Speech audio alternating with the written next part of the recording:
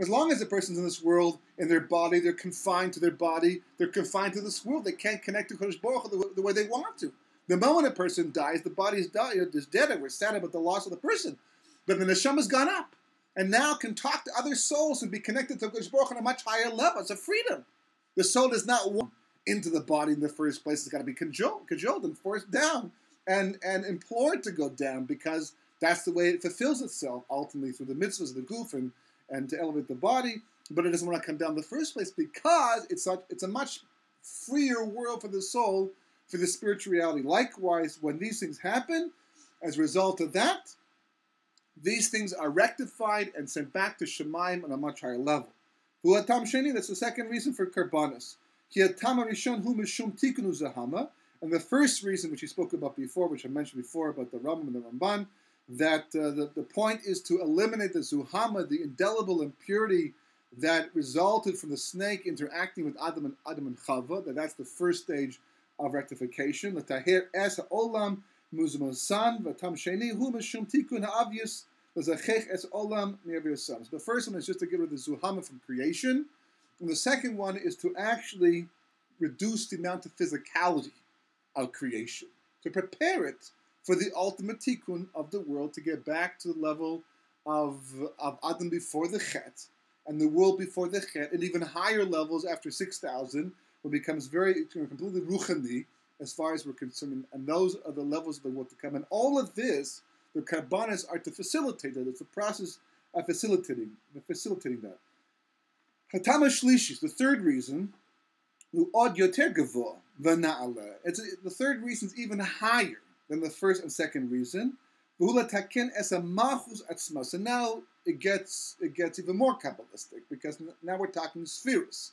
Right? We're talking the sphere of Malchus itself, which is the level of Ben, meaning that each of the four worlds of Atzilus, Bria, Yetzirah, and Osiyah, and one day we have to have a shir just on this concept alone to understand it better, that they correspond to the different sphirot, right, as well.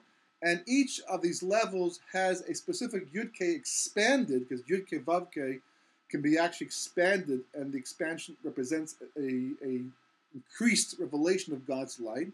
So Yud is written Yud Vav Dalet the way it sounds, which means the Vav Dalet becomes Niglet, it becomes revealed. And then the Vav can be Vav Vav or Vav Aleph Vav, right? Hey is Hey Aleph or Hey Hey or Hey Yud. And of course, since all these letters have different numerical values, the gematria, the total gematria of all of these different shemus will be different.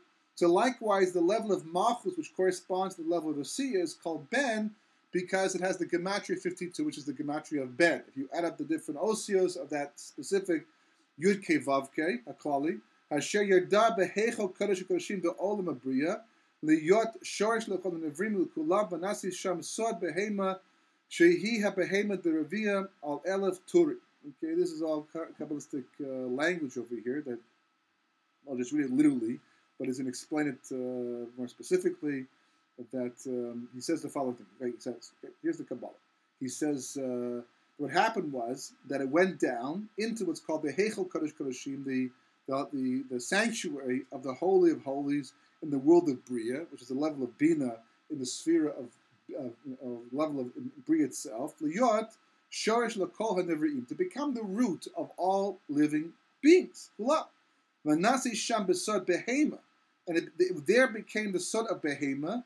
Shehia Behema the Revia al Elef Turim. And this is the Behema, the animal that runs across the 1,000 mountains, which of course makes a lot of sense to everybody, right? The Behema that runs across the 1,000 mountains. But of course, this is all Kabbalistic language to describe ultimate realities in the future of perfection, and each thing is detailed in Kabbalah, but for our purposes, it's not important to go there right now. And from this level comes the thickness, the gashmias of the levels of the portions of domain of the mineral world, somech, the vegetation world which we spoke about, and the animal kingdom, and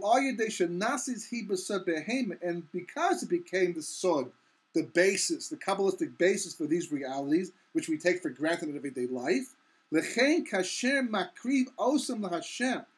So therefore, when we sacrifice, or did sacrifice, an animal to Hashem, Mis'ala Hasod Behema Elyona, so as a result of it, we caused an elevation of the sod, the basis, the basis of the Behema Elyona, the upper animal, which of course is the spiritual counterpart. Everything down here, the physical world, is a spiritual counterpart. So therefore, if you, by elevating the physical counterpart, you cause the spiritual counterpart to have an elevation as well, right?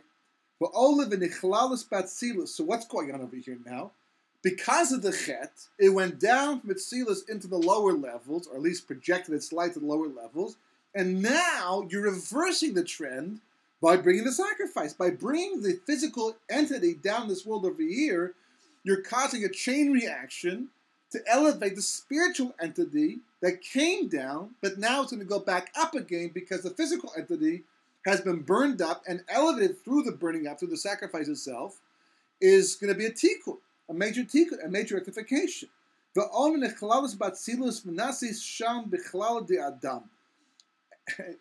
a remarkable thing. It's gone from the level of Behema to Adam. Because once that spiritual entity in the level of the Kodesh Kodeshim of Bria gets elevated because of the Korban up again into the world of Atzilus, which is Kula Ruchani, completely spiritual, that level is called Adam. And as a result of that, it had a promotion from the level of Behema to the level of Adam. As a result of this, we're bringing a tikkun to the sphere of Malchus itself. The Malchus of Atzilus, it's actual tikkun itself. And that's the third reason. Because the first two reasons that we mentioned previously, that's only to rectify her koiches.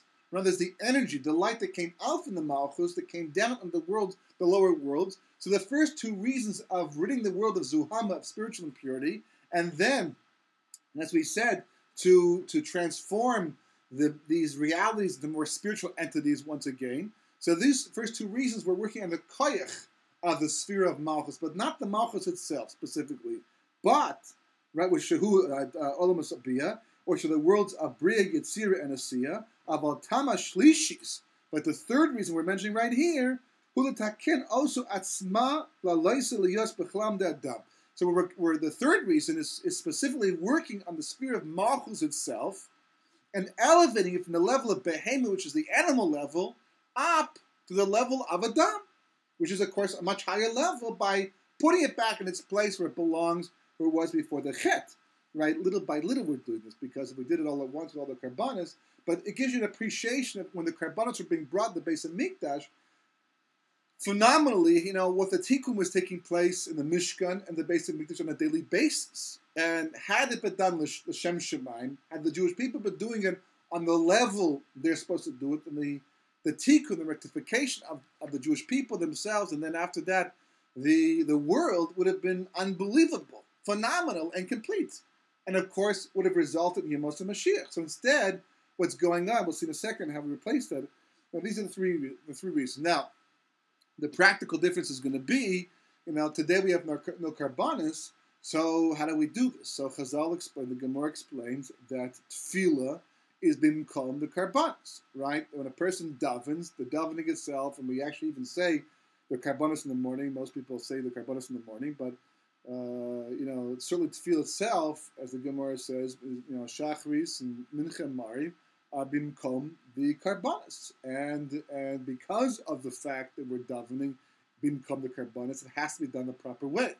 The same way that a korban has to be pure, a korban has to be brought for the right reasons. Korban has to be done a specific way, it may be medactic, very specific and exact, and how you're doing it, and realize you're doing it to rectify the worlds. Tefillah has to be the same way. So that means the person himself has to be tahor. The person himself has to be a pure individual as much as possible and rectify himself. The person has to be mechaven. The person has to have intention. The person has to understand what they're doing, what they're saying, and what they're trying to accomplish. And then you have to put all your koiches into it. Davening has to be an extremely holy experience, not a mechanical experience that you do simply because you have to daven and to be yotzi. Otherwise, you're not bringing world rectification. And if we don't do that,